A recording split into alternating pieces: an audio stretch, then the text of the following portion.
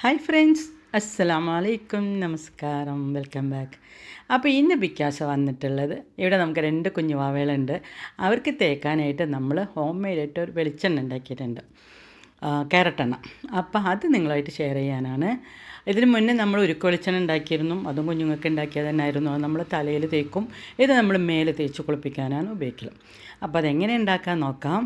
വീട്ടിലെല്ലാവർക്കും easy ആയിട്ട് ഉണ്ടാക്കാം. കുട്ടികൾക്കൊക്കെ തേച്ച് കൊടുക്കാനായിട്ടുള്ള നല്ലൊരു എണ്ണയാണിത്. ഇതിലേക്ക് ആവശ്യമായിട്ടുള്ള സാധനങ്ങൾ, വീട്ടിലുണ്ടാക്കിയിട്ടുള്ള വെളിച്ചെണ്ണ ഞാനൊരു കപ്പ് എടുത്തിട്ടുണ്ട്. അത് 250 ml കപ്പാണ്.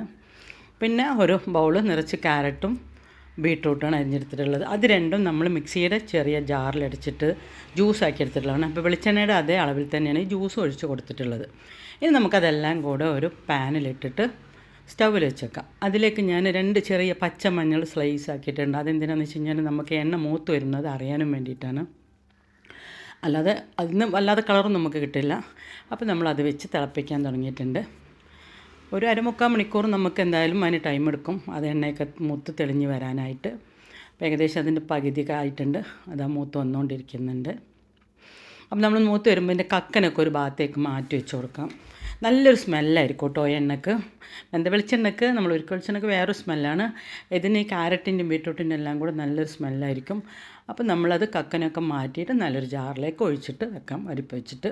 ഞാൻ മുകളിൽ അരിപ്പ് വെച്ചിട്ടുണ്ട്, അതിൽ വേറെ തട്ടും കൂടെ വെച്ചിട്ടാണ് കൊടുക്കുന്നത്. കാരണം ഒട്ടും അതിൻ്റെ തരിയൊന്നും ഇതിലേക്ക് വീഴാതിരിക്കാനാണ് അങ്ങനെ.